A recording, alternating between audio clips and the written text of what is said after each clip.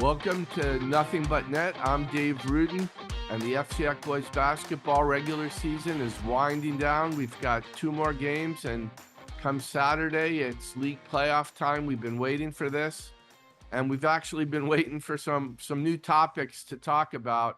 And after about a month of analyzing who's going to finish 3rd through 6th and who's going to get the top or the bottom 2 seeds, we actually had, I don't know if I'd call it the game of the year. Well, I would call it the most anticipated game, though, for a variety of reasons. It lost just a little bit of its cachet, but we finally got the Ridgefield Trumbull game on Thursday night, and there's so much to unpack off of this game. Ridgefield coming from 12 points down in the second half and getting a 74-66 win. So I think most of this podcast will be dedicated to breaking down this game and what it means for the future. And joining me to do that, as always, is Coach Mike Walsh. Mike, how you doing? No, I'm doing great, and I agree with you. I thought that was a very important game for both teams, and it kind of shows that those two teams are going to be challenges for, I think, the FCX title.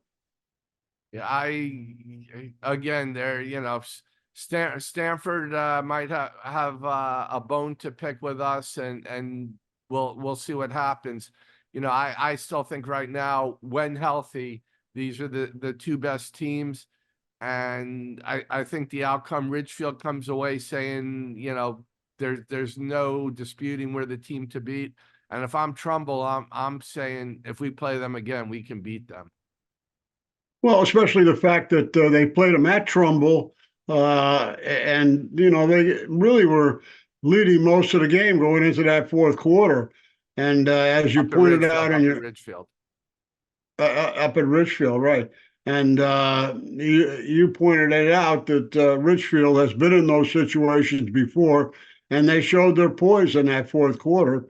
Trumbull hasn't been there, but I think this game will benefit them when they go forward. And if they meet in the playoffs, and like you say, Stanford's going to have an awful lot to say about that.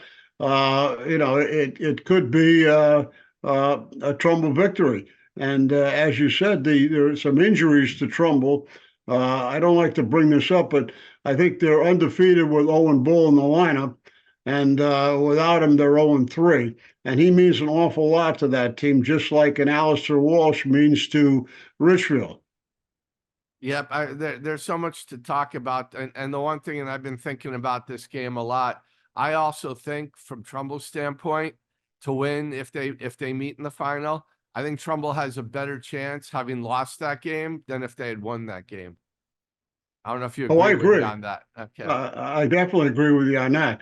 I think if they had won that game, they wouldn't be as motivated maybe as they would be if they meet in the conference finals or whenever. But as I say, Stanford has a lot to say about that too. But these two teams going at each other, it was a great night to watch for me. I know you were there, and the atmosphere must have been tremendous.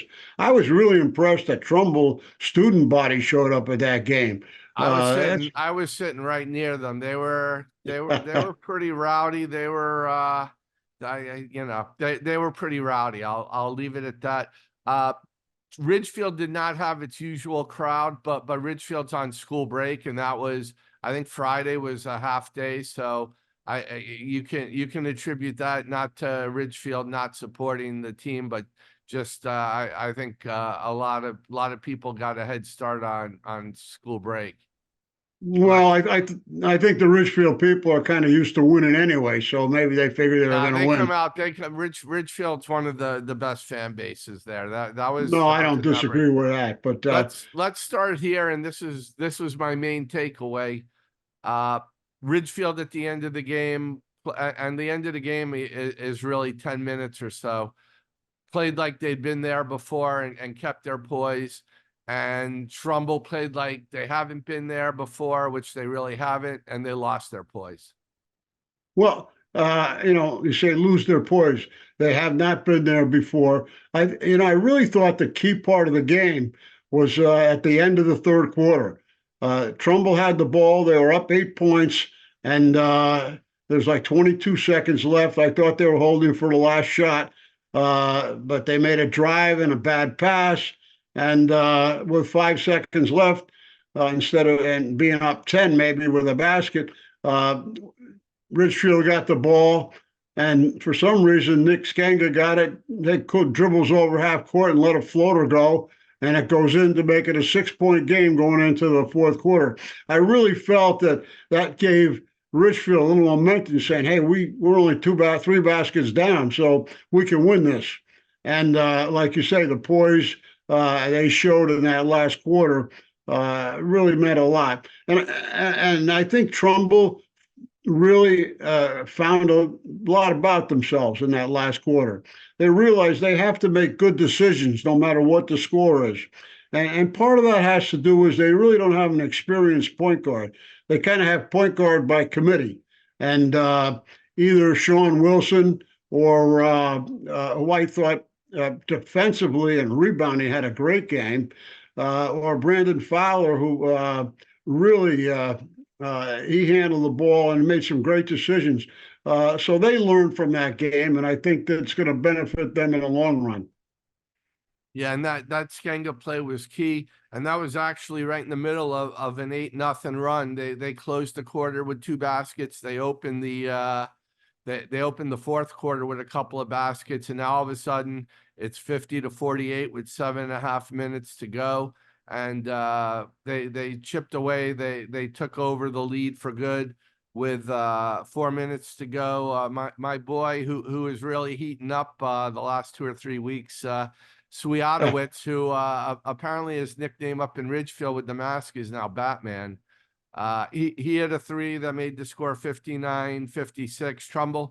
Trumbull came back and made it a 2-point game, and then actually got a Johnston 3 to get them to tie the game. And then right at the last 2 minutes there, Trumbull just pulled away and ended the game on a long run. And like I said, it was just really, I thought those Trumbull played a really good 30 minutes, but you got to play 32 to beat Ridgefield. Especially at Ridgefield. Yeah. It was an A-/B+ game, which for me, I don't know that off the top of my head, I was trying to think about this.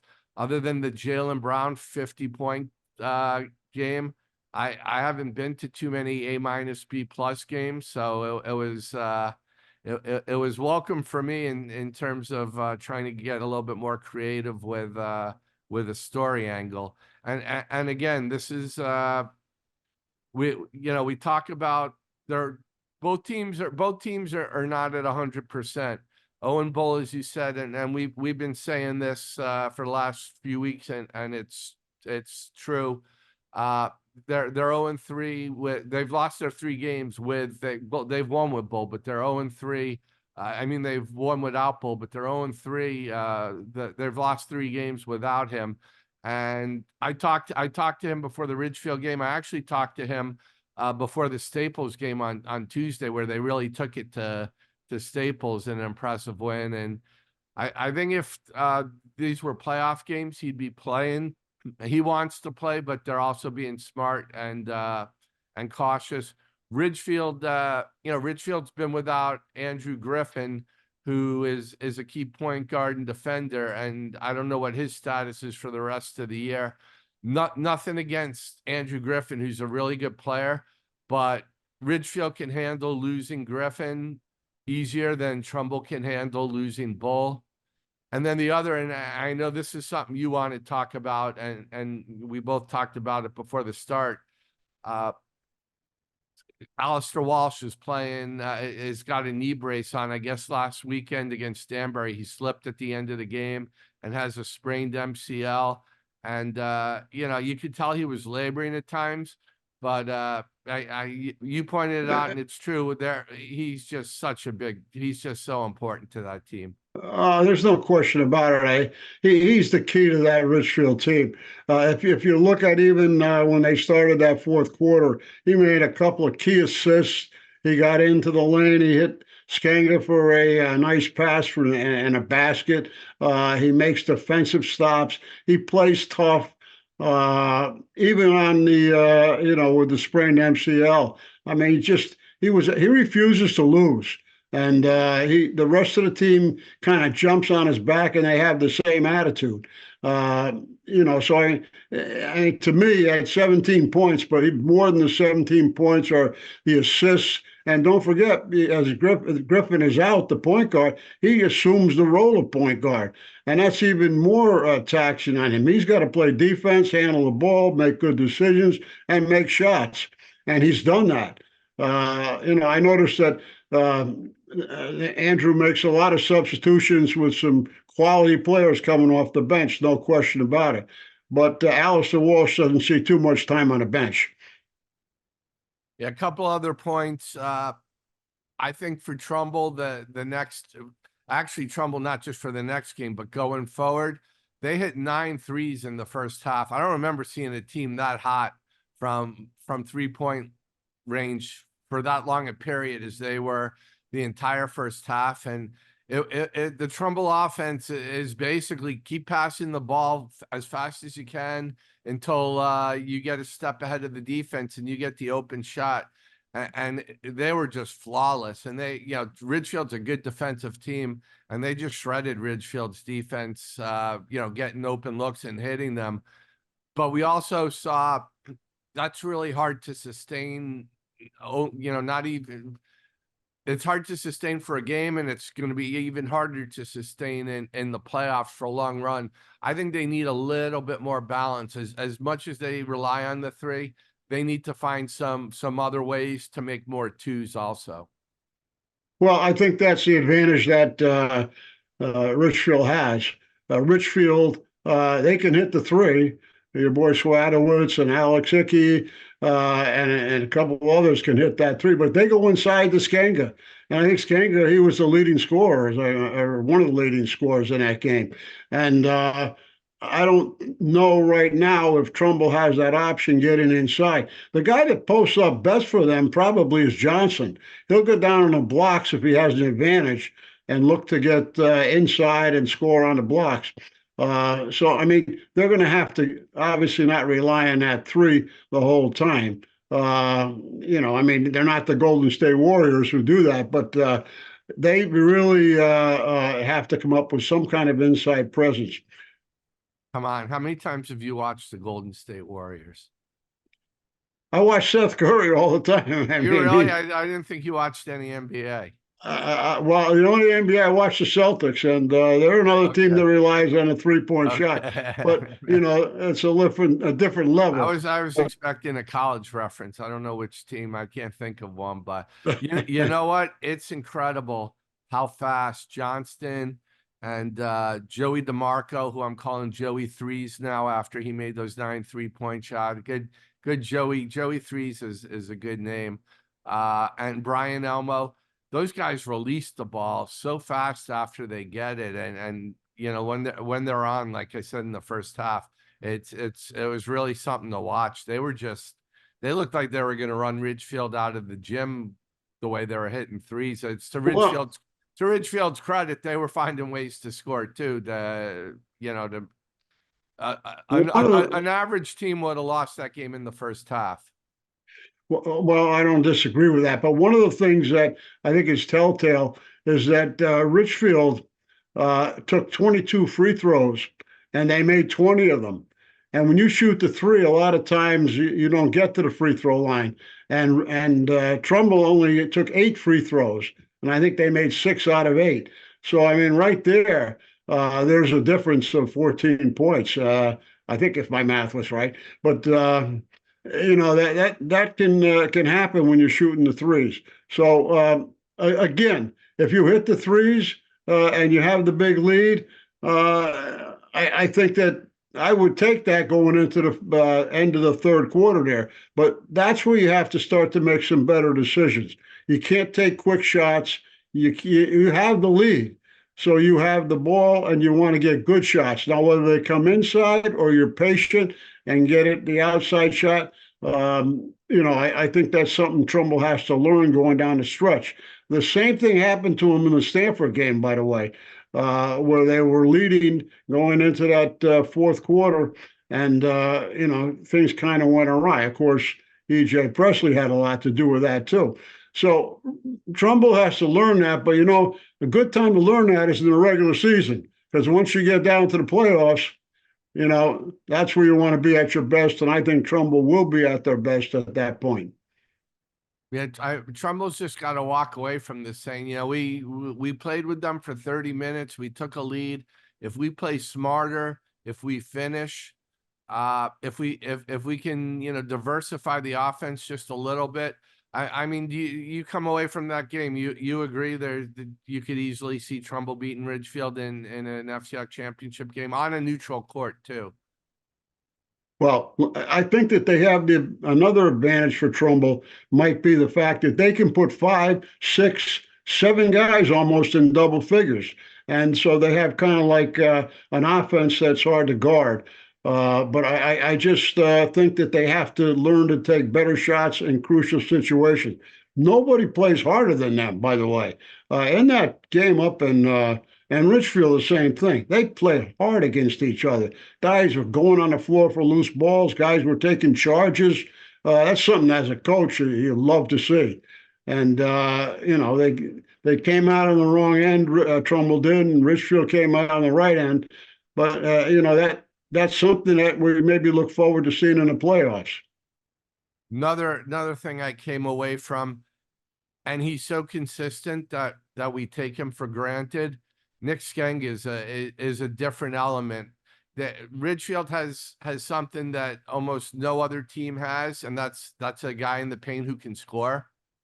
I mean, he rebounds well, but we don't see, they can, not too many teams that can hit the three also have somebody that they can dump the ball into who can get you the points. And I don't know what he's averaging a game, but he's just so consistently good that we almost just take him for granted, the same way we do Alistair Walsh in terms of all the things that he does. But Skenga is an element. And the other thing too, Skenga will, if the ball's going inside, the ball will come outside too, if that's the smarter move. So I think Skenga offers Ridgefield an element that I can't think of any. Kramer is not the same kind of scorer and doesn't get the ball enough. But I'm going through what other team has a center that can play offensively like Skenga. No, I agree with you. I think Skenga is the X factor for Ridgefield. Like you say, he can get the ball inside, and if he's covered, they double team. He kicks it out to one of the shooters, and he's an excellent passer too. So that and the other thing is on offense. One of the reasons Trumbull doesn't go inside is the fact that he's pretty good defensively in there. And then they have the I'm sorry, I forget his name. The guy who comes off the bench to help him out. The other 6'5" or 6" kid. He didn't. Actually, he didn't really. He didn't. Did he even get in that game? I'm trying to think. He didn't play that game. Well, he was kind of invisible in that game, but that's because I didn't even think, because he was warming up. I saw him. He was there warm ups. I didn't even think about that till just now. Well, maybe because Skenga was playing so well, Andrew didn't want to substitute. But no, I mean, he's another guy who can help him on the boards. But Ridgefield has it. They have the pieces. Skenga said that they wore down Trumbull because they were playing a lot of guys, and Trumbull only played 6 or 7. Well, they'll have Bull, which will probably give them 8. Skenga without realizing it kind of was also making our point about Bull's importance. Yeah, and it really was. Nobody disputes that. I mean, all the coaches can, they watch film. They know that just because the guy's not scoring 15, 20 a game, he's important. And a few other teams are lucky enough to have a guy that is an Owen Bull, but not as good as Owen Bull.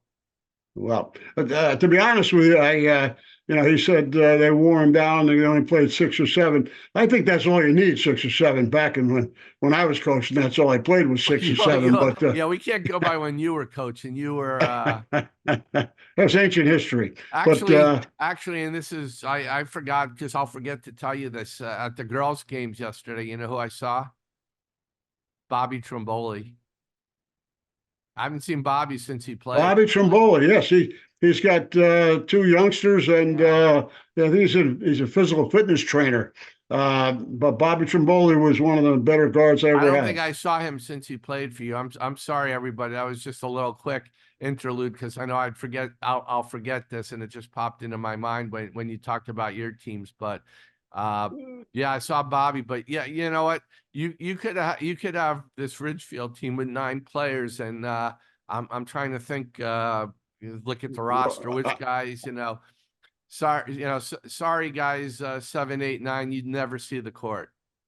Well, I had Bobby Trimboli, Alan Van Norton, Sharon Wilson, and, Yeah. and those guys Drew wouldn't come also out if doesn't I have wanted them Craig to. Austri and Dave McClure and Torrey Thomas and Rosh. So When you have those guys, they don't want to come out, and I don't want to take them out. So, it's a different situation in a way. But Trumbull, in a sense, can hurt you with all the guys that can score, and they play pretty good defense. And I think, I mean, I'm building them up a little bit, but I think on a neutral court, Trumbull Richfield. I mean, I'd lean toward Trumbull. That would Richfield a lot of ammunition there, but I still think Trumbull can beat them on a neutral court. I my feeling that Trumbull didn't change off of that game. And to be quite honest, my feeling on Trumbull jumped on Tuesday with the way they just took it to Staples and really just Staples is a solid team, and they just kind of ran through them there, especially in the second half. So my feeling on them is high. The other thing that we really didn't talk about, and we're going to kind of segue a little for the rest of the podcast on, is that game actually put Trumbull into a tie with Stanford at 10-3 with 2 games left, and Stanford beat Trumbull. So I don't think it really makes that big a difference, but excuse me, if things don't change, and Stanford's got a few tough games, but Trumbull could end up being the 3 seed. Well, no question about it. And I agree. I don't think 2 or 3 seed really means a lot. I think Stanford, to be honest with you, with EJ Presley and their starting 5 are as good as any of the starting 5s in the league. And I think that, they, are certainly dangerous. But again, they have to get scoring from multiple people besides EJ Presley. The Winchesters, the Salvatores, Connors, and Damon Taylor, they have to score. Those are 5 solid guys, and they can't afford to get in foul trouble or anything like that. And if they stay on the floor and if they play well, they could beat a Trumbull, they could beat a Ridgefield. But that they have to prove that. They have proved it already by beating Trumbull at Trumbull. But again, and I hate to keep coming back to this, but the bull factor comes into play there. And also the fact that Trumbull has to learn to take good shots in clutch situations down the stretch. And I think they're learning that during the regular season. And in the playoffs, you'll see a different team down the stretch. Yeah, the only reason I'm not putting Stanford on the same level right now is the supporting cast has been inconsistent with their scoring. If they play the games like they have been of late, they rebounded from the loss to Greenwich. If they get the supporting scoring, then I put them. Then to me there are three favorites because Stanford can definitely do it. They've just been a little less consistent than the other 2 teams. So it's not Well, really I it's think the not a thing knock that on Stanford, even though it probably sounds like it is. Well, I think the thing, as you mentioned about Stanford, is that the loss to Greenwich kind of threw me a little bit. and kind of took them down a peg. But it might have been because they were coming off a huge win against Trumbull, let down. And kids are kids, and they think no problem, we'll beat Greenwich, and all of a sudden it's a close game, and they don't beat them. They have to two games this week that are really important. Maybe not for them, but for the teams they're playing. I mean, I think they play Norwalk, which is huge for Norwalk. That Norwalk game, yeah, almost has to win that that's a game. must-win game for Norwalk. Norwalk loses, they're not getting in. Right. And then they play Wilton, and it could be for seeding as far as Wilton is concerned. So that Stanford has two more big games to prove themselves and clinch that second seed. The other big game, the other big game coming up tomorrow and tomorrow's got a lot of important games, is Staples at St. Joe's. St. Joe's and Norwalk are both a game out right now from qualifying, and that's probably a must-win game for St. Joseph as well, in terms of they're going to need to beat Staples. I'm just looking here because St. Joe's finishes with Danbury. Norwalk's got Bridgeport Central, so Norwalk should be able to, will 8 and 7 get them in with tiebreakers? They're going to need some of these 8 and 5 teams to lose twice. Well, there's no question, but Staples, I think, can handle St. Joe's. St. Joe's has a tough road. They have to beat a good Staples team, and then they have to go and beat a Danbury team at Danbury. Yeah. So that's a tough road. They're in a tough situation there. It's going to be harder. And again, there's like 5 different places for me to go, because the other game that's really big, and the one I'm probably going to, only because both teams are both need to get in, and for positioning, is Ludlow at Wilton. That's Ludlow was sort of in a not must win but must win situation against Darien on Wednesday, and I stayed home, and we were talking, and I played Mike Walsh and was streaming games, and I said I'd forgotten I made my dinner, and I pop up and I see Ludlow's up 33-6. It was unbelievable. Tate Mahoney, Dave, was unreal. He set a school record in points, 39, and he got 8 3-pointers. And his brother Charlie, I think, had 17 points. So between the two of them, let's have 56 points the total that they scored. But John told them that it was a must-win. They had to win, and they came out on fire. And I think that win gets them in. Even the last 2 games, depending. I still think they're in, even if they aren't successful in the last 2 games. And I think that's a tremendous accomplishment for Ludlow and for John Daly.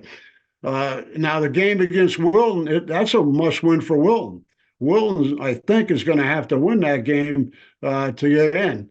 So it's going to be a battle. Joel thinks they're playing real well. I hung out with Joel for a while, and they have been coming on. They're the classic team that when they're good they look really good, and when they're bad they look really bad. Well, with Joel, the glass is always full, and I like that. He's confident, and he says his team is good 1 quarter, not so good the next quarter, and then great in the third quarter, and who knows what the last quarter brings. But they certainly got a chance to get in, and if they do get in, depending on their seeding, they have a chance, because if they win that game on Saturday in the first round, they get back to Wilton to play in the semifinals, which is big. I think that's huge for them. Probably the biggest home court advantage in the FCA. Do you think seeding makes a difference this year? I mean, ideally, you'd like to avoid Ridgefield.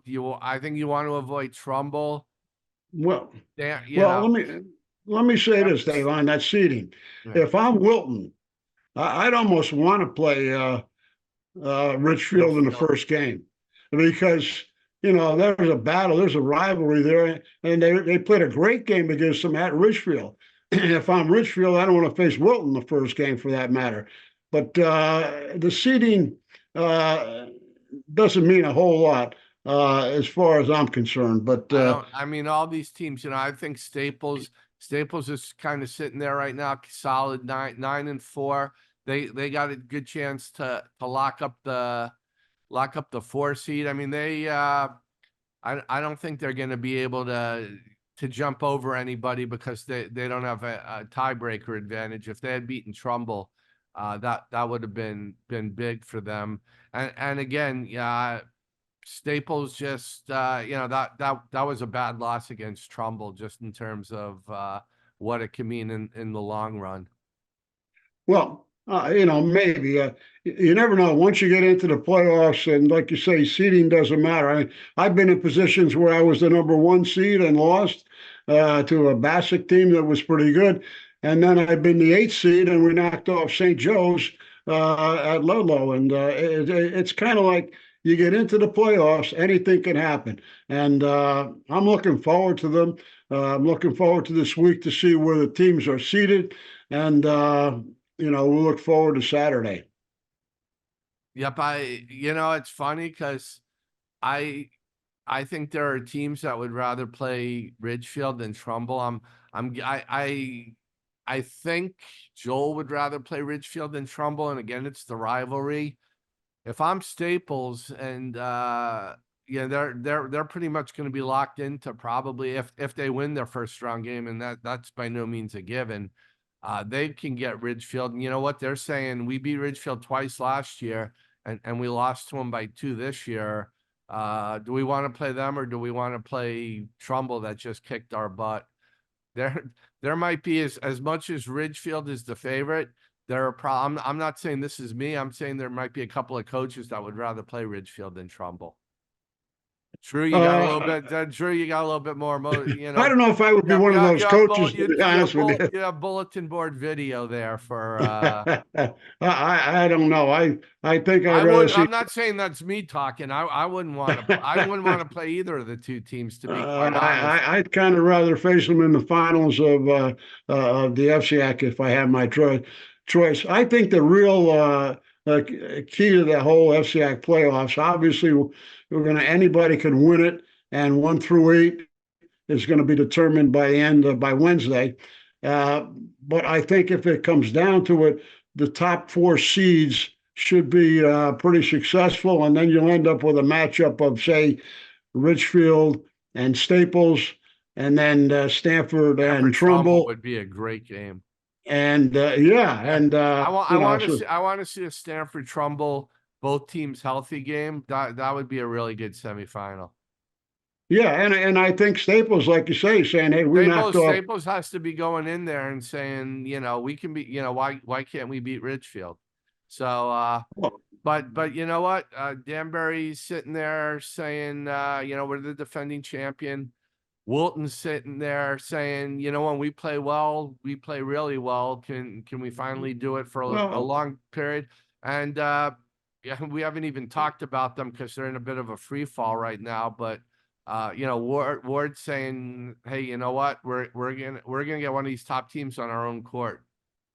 Well, to be honest with you, I wouldn't. If I was Ward, they're going to have to play a perfect game no matter who they play, because they haven't been playing a perfect game yet. But they may do that. Who knows?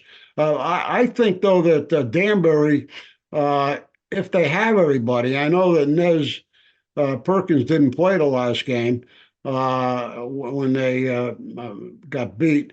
But to be honest with you, they played Ridgefield really tough, too, the week before. They were leading going into that fourth quarter.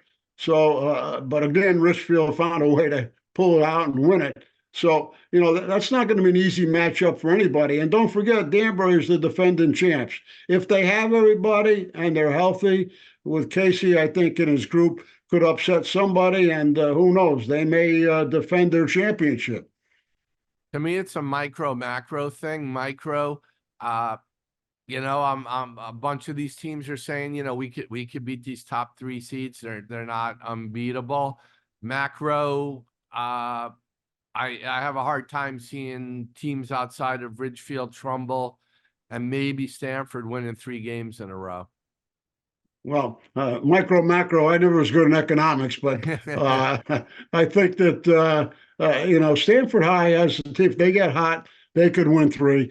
And I think Trumbull, with their scoring, and if they're hitting their outside shots, they could win 3. I could see that. But somebody got to beat Ridgefield, really, when it comes down to it. And, Nobody they has yet. proven. Nobody. The bottom line, nobody has beaten Ridgefield. We No, and that's that. we can say all we want. We can say, Ridgefield isn't this or Ridgefield's missing that. Ridgefield still has one of the best, if not the best start, as good a starting 5 as anyone. They're deeper than anyone. They've played these big games and they haven't lost to anyone. So, as far as I'm concerned, there's a definite team to beat.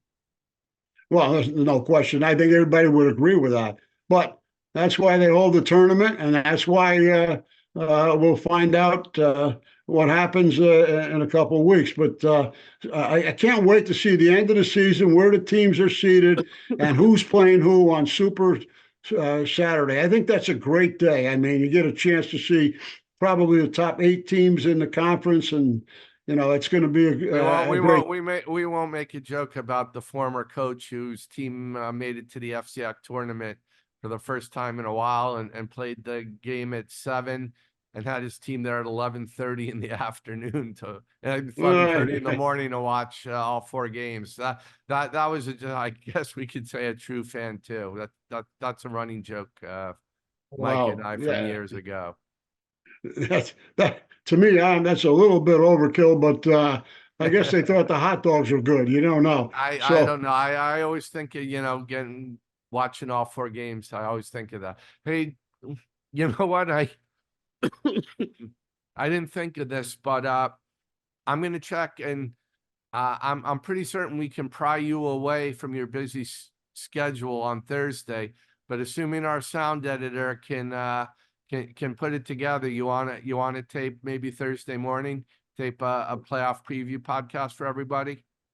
Right. We can all make a fool of ourselves by making predictions, and and then the other team schedule somewhere. Yeah, we can do that Thursday morning. I look forward to it. But again, we'll see. Let me know what you want to do with that. Okay, well, everybody, if we can, if my sound editor is available, we're gonna drop on Thursday or Friday. We'll drop a playoff preview podcast.